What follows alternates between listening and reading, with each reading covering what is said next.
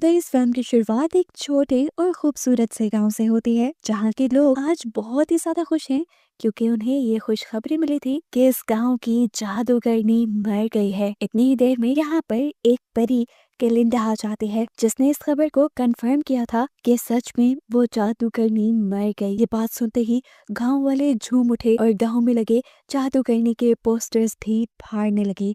अब कैलेंडा वहाँ से जाने ही वाली थी कि तभी एक बच्ची ने आकर कैलेंडा से सवाल किया कि आखिर जादूगरनी बनती कैसे है और सब उसे इतना बुरा क्यों समझते हैं। इस बच्ची का सवाल सुनकर कैलेंडा सीरियस हो गई और उसने बच्ची को बताया कि ये जादूगरनियाँ बुरी नहीं होती, इन्हें बुरा बनाया जाता है। हमारे बुरे रवैये ही इन जादूगरनियों को ऐसा बनाते हैं। उसके ये बात कहते ही सीन शिफ्ट हो जाते हैं पास्ट में, जब जादूगरनी एल्फाबा पैदा हुई थी। उसका कलर ग्रीन था, इसीलिए उसके डैड गिनी जर्नल ने उसे एक्सेप्ट ही नहीं किया। पता चला कि वो एक जादुई बच्ची भी है। जब जब वो रोती थी या उसे गुस्सा आता था तो चीजें हवा में उड़ने लगती थी।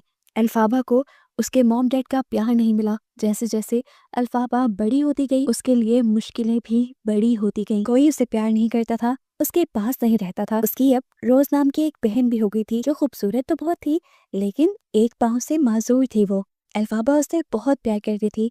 एक दिन अल्फाबा रोज और उसके दोस्तों को जब स्टोरी सुना रही थी तो सभी बच्चे उसका मजाक उड़ाने लगे। अल्फाबा को गुस्सा आ गया। उसने नीचे से अपनी मैजिकल पावर से पत्थर उठाए और उन बच्चों को मार दिया। ये खबर जैसे ही जर्नल को मिली तो जर्नल अल्फाबा की इस हरकत से बहुत गुस्सा हुए और अपनी बेटी रोज को वहां से ले गए, जबकि अल्फाबा वही अकेली रह गई। सीन कट होकर हमें दोबारा कैलेंडा और गांव वालों को दिखाया जाता है, जहां अब तक इन लोगों ने उस विच का एक बहुत बड़ा स्टैचू भी बना लिया था, जिसे कैलेंडा जला देते हैं। वो दोबारा यहाँ से वापस जाने ही वाली थी कि तभी एक और लड़की ने उससे सवाल किया, क्या अल्फाबा आपकी दोस्त थी जो आप उसके लिए ऐसी बात कर रही है? कैलेंडा ने जवाब दिया, नहीं, शायद दोस्त नहीं थी, लेकिन मैं उसे बहुत अच्छी तरह जानती हूँ।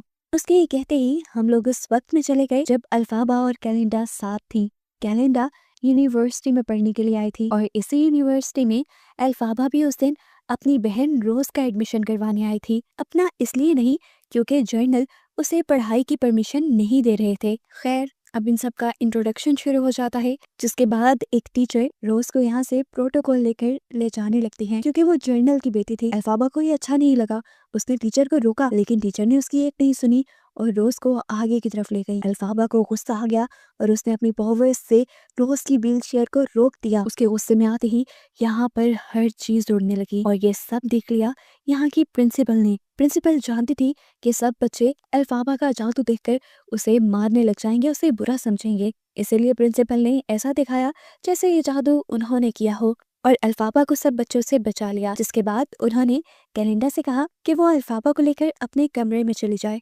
कैलेंडा तो इस बात के लिए मान गई थी, लेकिन अल्फाबा नहीं, क्योंकि वो यहाँ पढ़ने नहीं आई थी, उसे तो वापस जाना था। अब प्रिंसिपल उसे लेकर एक अकेले कमरे में चली जाती है, जहाँ वो उसकी जादुई पावर्स की तारीफ करती हैं। वो उसे ये भी ऑफर देती हैं कि वो उसे पढ़ाएंगी और उसकी पावर्स पर कंट्रोल करना भी सिखाएंगी। ये सुनकर अल्फाबा बहुत ज्यादा खुश और एक्साइटेड हो गई, लेकिन सिर्फ कुछ ही लम्हों के लिए, क्योंकि अगले ही पल उसे याद आ गया था कि उसके डैड उसे पढ़ने की इजाजत नहीं देंगे। तब प्रिंसिपल ने उसे तसल्ली दी कि वो खुद गवर्नर से बात करके उसे यूनिवर्सिटी में एडमिशन दिलवाएगी। अब अल्फाबा बहुत ज्यादा खुश थी। रात रहने के लिए वो जब कैलेंडा के रूम में गई तो उसने देखा कि कैलेंडा ने पूरे रूम में अपनी ही चीजें बिखेरी हुई थी। अल्फाबा के लिए तो कोई जगह ही नहीं थी। उसने जब अपनी जगह बनाना चाही तो कैलेंडा ने उसे रोका और ऐसे में अल्फाबा को गुस्सा आ गया। वहाँ की चीजें हवा में उड़ने लगी, यहाँ तक के कांच पे गिर गया।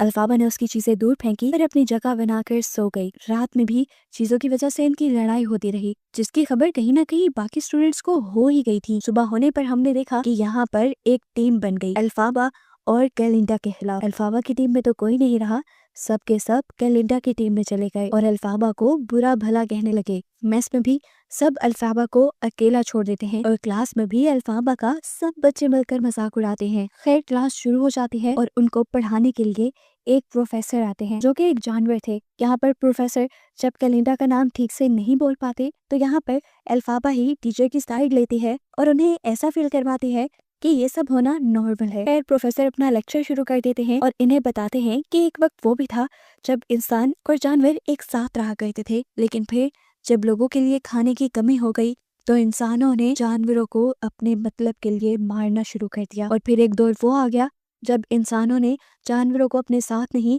बल्कि अपने नीचे गुलाम रखने का फैसला किया। अभी प्रोफेसर लेक्चर देख ही रहे थे कि दरमियान में प्रोफेसर ने देखा कि अभी भी इस लेक्चर में जानवरों के खिलाफ ही बातें हो रही थी। वो दुखी होकर वहां से चले गए। अल्फाबा को ये देखकर उनका दुख समझ आया, क्योंकि अल्फाबा को भी कभी किसी ने उसका हक नहीं दिया था। अल्फाबा प्रोफेसर के साथ गई और उसने प्रोफेसर से दोस्ती कर ली। यहाँ पर सीन कट होकर दिखाया जाता है कि अब प्रिंसिपल ने अल्फाबा की ट्रेनिंग भी शुरू कर दी थी, जिसमें उसे अपनी मैजिकल पावर्स को कंट्रोल करना सीखना था। अल्फाबा अपनी पावर्स से चीजों को ठीक से तो उठा लेती है, लेकिन जैसे ही उसे गुस्सा आता है सारी चीजें तहस नहस होने लगती हैं। कि देखकर प्रिंसिपल गुस्सा होने के बजाय खुश होती है, ये देखते हुए कि उसकी पावर्स बहुत ज्यादा हैं। रात में जब अल्फाबा दोबारा प्रोफेसर के पास आने वाली थी, तब उसने सुना कि टीचर अपने लोगों को कह रहे थे कि अब हमें अपना सामान पैक करके यहाँ से चलना होगा, अब हमारी यहाँ पे कोई जगह नहीं है। वो दिन दूर नहीं जब इंसान हमें मार देंगे। ये सुनकर अल्फाबा उदास हो गई। वो वहां से जाने ही वाली थी कि प्रोफेसर ने उसे देख लिया और अंदर बुला लिया। प्रोफेसर उसे बहुत प्यार दे रहे थे। ये देखते हुए अल्फाबा ने उससे प्रॉमिस किया कि मैं आप लोगों की मदद जरूर करूंगी और आप लोगों को आपका हक दिलवा कर रहूंगी। ये कहने के बाद अल्फाबा यहाँ से चली गई जंगल की तरफ, जहाँ जंगल में उसकी मुलाकात हो गई एक लड़के से जो घोड़े पे यहाँ की तरफ आ रहा था। अल्फाबा को देखकर वो डर गया और यहाँ हमें पता चला कि वो प्रिंस था। दूसरी तरफ यूनिवर्सिटी में भी प्रिंस के आने के चर्चे होने लगते हैं और कैलेंडा खूब अच्छे से तैयार होती है प्रिंस को इम्प्रेस करने के लिए। प्रिंस यूनिवर्सिटी में आकर ज्यादा किसी को भाव नहीं देता, लेकिन कैलेंडा जो कि यूनिवर्सिटी की ब्राइट और सबसे खूबसूरत स्टूडेंट थी और बार बार प्रिंस को इम्प्रेस करने की कोशिश भी कर रही थी, तो आखिर प्रिंस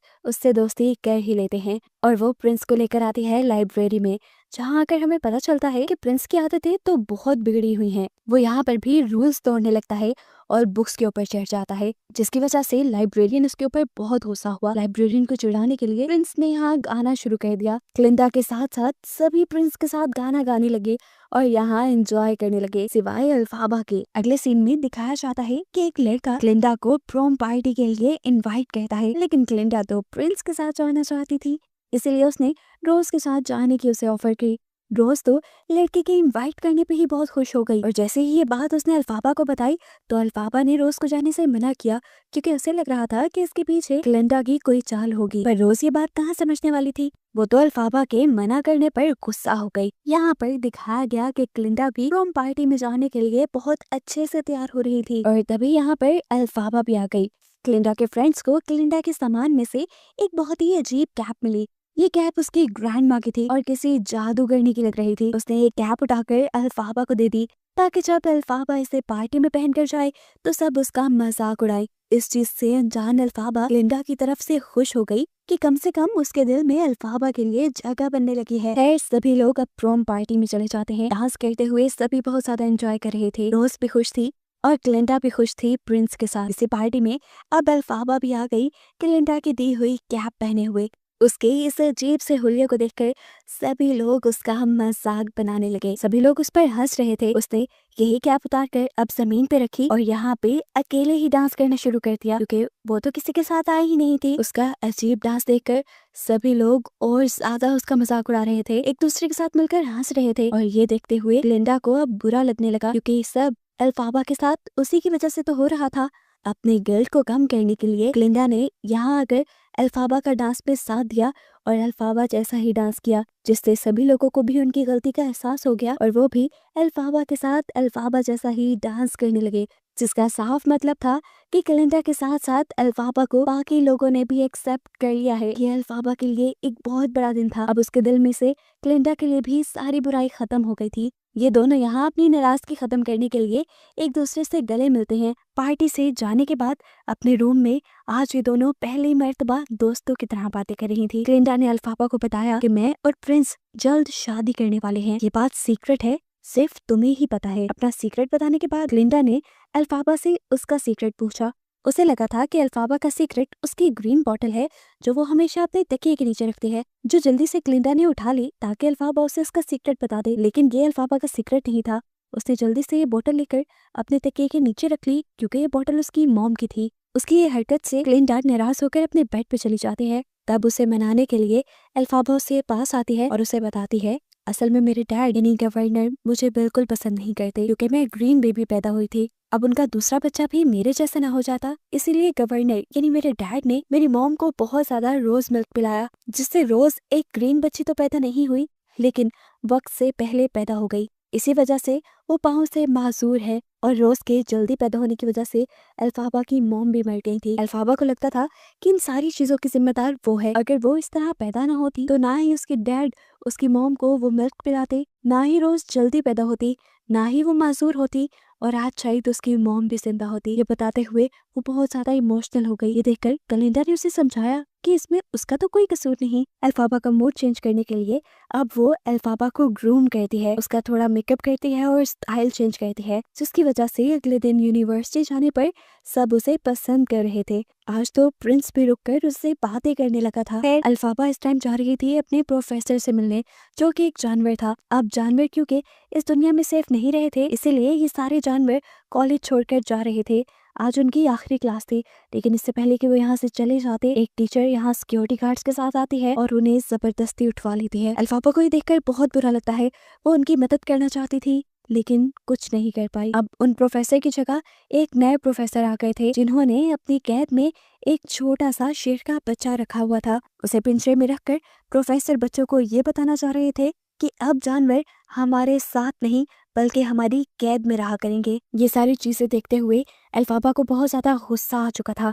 उसे जानवरों को कैद करने वाली बात बिल्कुल पसंद नहीं आई थी। उसके गुस्से में यहाँ पे मौजूद सारे फ्लावर्स, सारी चीजें उड़ने लगी और उसके गुस्से के असर से यहाँ सब लोग बेहोश हो गए सिवाय प्रिंस के। बच्चों के बेहोश होते ही यहाँ पर अल्फाबा उठी उस शेर के बच्चे को जंगल में छोड़ के आने के लिए। प्रिंस भी उसकी मदद करता है और ये लोग शेर के बच्चे को लिए एक साइकिल पे जंगल की तरफ निकल जाते हैं। पीछे से प्रिंसिपल जब उनकी क्लास में आते हैं तो सारे बच्चों को और टीचर को बेहोश पाती हैं। ये देखकर वो समझ गई कि जरूर अल्फाबा ने ही ये सारा जादू चलाया होगा। उसकी जादुई पावर बहुत ज्यादा बढ़ चुकी थी। ये देखकर वो बहुत खुश हुई और उन्होंने जाकर एक बड़े जादूगर को खत लिखा। यहाँ जंगल में अब प्रिंस और अल्फाबा की किसी बात पर बहस हो जाती है। प्रिंस नाराज होकर यहाँ से जाने ही वाले थे कि अल्फाबा ने प्रिंस का हाथ पकड़ लिया। वो भी अब प्रिंस को पसंद करने लगी थी, लेकिन वो जानती थी कि प्रिंस कभी भी उससे शादी नहीं करेंगे, इसलिए उसने खुद ही ज्यादा बात आगे बढ़ा ही नहीं और ये लोग वापस आ गए। अगले दिन पता चला कि यूनिवर्सिटी में अल्फाबा के लिए एक बहुत बड़ा सरप्राइज था। एक बहुत बड़े जादूगर ने अल्फाबा को मिलने के लिए बुलाया था, क्योंकि प्रिंसिपल ने अल्फाबा की जादुई पावर्स के बारे में जो उसे बताया था। अल्फाबा को अपने लिए ये बहुत अच्छा मौका लगा और उसने जादूगर से मिलने का फैसला कर लिया। उसे लेने के लिए एक ग्रीन कलर की ट्रेन भी आई। जब वो जाने लगी थी तो सब यहाँ उससे मिलने के लिए आए। प्रिंस उसके लिए गुड लक फ्लावर भी लेकर आए थे और साथ ही साथ क्लिंडा भी उससे मिलने के लिए आई थी। यहाँ क्लिंडा ने उससे अपना एक और राज शेयर किया कि अब प्रिंस और उसकी दोस्ती पहले जैसे नहीं रही। प्रिंस अब उससे कुछ नाराज नजर आते हैं। यह बताने के बाद अल्फाबा को भी थोड़ा दुख हुआ, लेकिन खैर अब वो ट्रेन में चढ़ गई। जाते जाते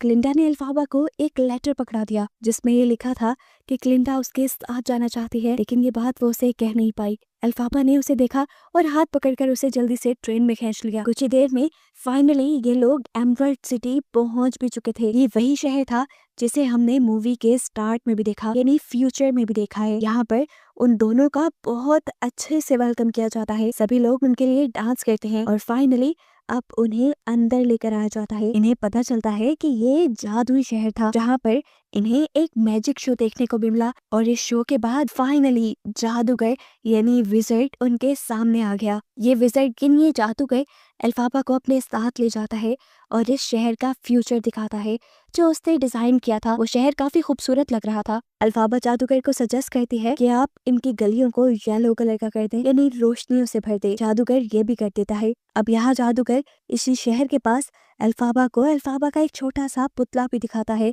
जो ये शो कर रहा था कि इस शहर के ऊपर अल्फाबा हुकूमत करेगी। जो देखकर अल्फाबा ने फौरन कहा कि मेरा ख्वाब कहीं पे हुकूमत करना नहीं है, मेरा ख्वाब है कि मैं जानवरों के लिए कुछ कर पाऊँ और इस पे मुझे आपकी मदद की जरूरत है। उनकी इन्हीं बातों के दौरान यहाँ पर प्रिंसिपल भी आ जाती है, जिन्हें देखकर अल्फाबा बहुत ज्यादा खुश होती है और जाकर उनके गले मिल जाती है। खैर यहाँ पर इनकी बात चल रही थी कि अल्फाबा जानवरों के लिए कुछ करना चाहती थी। अब यहाँ पर एक बंदर जादूगर के कहने पे एक जादुई किताब से कपड़ा उठाता है, जिसके बाद जादूगर अल्फाबा से कहते हैं कि इस बंदर को उड़ने का बहुत शौक है और इस मंत्र से तुम उसे पढ़ दे सकते हो। उनके कहने पर अल्फाबा वो मंत्र पढ़ती है और हैरानकुन तौर पर जादू काम भी कर जाता है।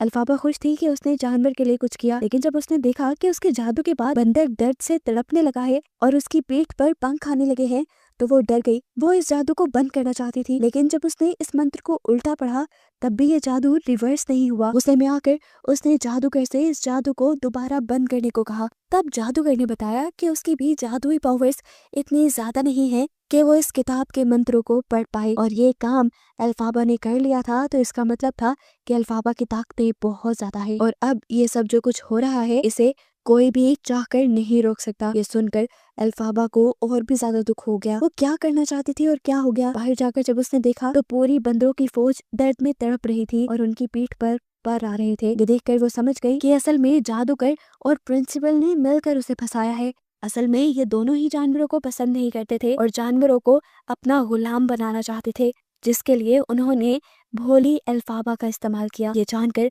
अल्फाबा को गुस्सा आ गया और वो जादुई किताब लेकर यहाँ से भागने का फैसला करती है। उसको भागता देखकर प्रिंसिपल क्लिंडा को जादू सीखने की ऑफर देती है और उसे कहती है इसके बदले तुम्हें सिर्फ अल्फाबा को यहाँ लाना होगा। क्लिंडा को भी ये मौका अच्छा लगा और वो भी अल्फाबा को पकड़ने के लिए उसके पीछे भागी। अब यहाँ जिन बंदरों की फौज को पर मिल चुके थे, प्रिंसिपल उन सारे बंदरों को उड़कर अल्फाबा को ढूंढ कर लाने को कहती है। यहाँ पर जादूगर भी अपने एक खास कमरे में जाकर अपने खास गार्ड को अल्फाबा को ढूंढने पर लगा देता है। क्लिंडा जो हर हाल में जादूगर बनने का मौका नहीं गंवाना चाहती थी, वो अब अल्फाबा के करीब पहुंच भी चुकी थी। वो अल्फाबा को रोक रही थी कि अल्फाबा ना जाए, लेकिन अल्फाबा ने जाना था। वो इस टाइम एक ऐसे कमरे में आ चुकी थी जहाँ पे एक हॉट एयर बैलून था। उसमें बैठकर वो यहाँ से भाग जाना चाहती थी, लेकिन तब तक जादूगर के बहुत से आदमी भी उनको पकड़ने के लिए यहाँ आ गए। लेकिन उससे पहले ही अल्फाबा उस हॉट एयर बैलून के अंदर बैठकर वहां से जाने लगी। इससे पहले कि वो निकल जाती, ऊपर से महल की छत बंद कर दी गई, जिससे उनका हॉट एयर बैलून फट गया और वहां पे आग लग गई। अल्फाबा और क्लिंडा नीचे गिरकर एक कमरे में फंस गए, जहाँ क्लिंडा ने अल्फाबा को समझाया कि ये अच्छा मौका है, तुम्हें सब कुछ मिल रहा है, तुम क्यों नहीं उनके ऑफर कबूल कर रही। जिस पर गुस्से में अल्फाबा उसे कहती है मेरा सपना हुकूमत करना नहीं है, मुझे हमेशा से जानवरों के लिए कुछ करना था। दूसरी तरफ दिखाया जाता है कि प्रिंसिपल पूरी यूनिवर्सिटी और पूरे शहर में ये खबर फैला देती हैं कि अल्फाबा चोर है और वो उनकी जादुई किताब लेकर भाग गई है, जो सुनकर सभी को बहुत बुरा लगा था और सभी उससे नफरत करने लगे थे। ये ऐलान अल्फाबा और क्लिंडा ने भी सुना था। अल्फाबा को तो ये सुनकर बहुत ज्यादा गुस्सा आ गया। तब क्लिंडा ने उसे समझाया कि तुम गुस्सा थूक दो और जाकर प्रिंसिपल से माफी मांग लो, सब पहले जैसा हो जाएगा। लेकिन अल्फाबा अब कुछ ऐसा नहीं करना चाहती। उसके साथ जितना बुरा हो चुका था, इससे ज्यादा बुरा वो सह भी नहीं सकती थी। उसने अब उस जादुई किताब में से एक मंत्र पढ़ना शुरू किया। क्लिंडा उसे रोकती रही, लेकिन उस मंत्र की वजह से उसके पास एक जादुई झाड़ू आ गया, जिस झाड़ू को लेकर वो यहाँ से उड़ गई। जादूगर के गार्ड्स भी अब उसे पकड़ नहीं पाए थे। उसके यहाँ से भागते ही प्रिंसिपल ने क्लिंडा को अपने साथ मिला लिया, उसे जादू सिखाने की ऑफर की और कहा कि हम दोनों मिलकर ही अल्फाबा को ढूंढ लेंगे। अल्फाबा को लगता था कि क्लिंडा प्रिंसिपल के साथ हाथ नहीं मिलाएगी क्योंकि वो जालिम है, लेकिन जब उसे पता चला कि क्लिंडा ने प्रिंसिपल के साथ हाथ मिला लिया है तो उसका दिल टूट गया। इस शहर ने उसके साथ बहुत बुरा किया था, इसीलिए उसने इस शहर को अंधेरों में रहने का कर्ज यानी श्राप दे दिया और यहाँ से दूर पहाड़ों में चली गई। जिसके साथ ये कहानी इस सबक के साथ खत्म हुई कि कोई भी बुराई के साथ पैदा नहीं होता, बल्कि लोगों के रवैये ही किसी इंसान को अच्छा या बुरा बना देते हैं। और आखिर में हमें ये भी पता चल जाता है कि आखिर क्यों गांव वाले अल्फाबा के मरने पे खुश हुए थे, क्योंकि अल्फाबा के मरने से उनके शहर का कर्ज टूट गया था और ऐसे सारी कहानी खत्म हो गई।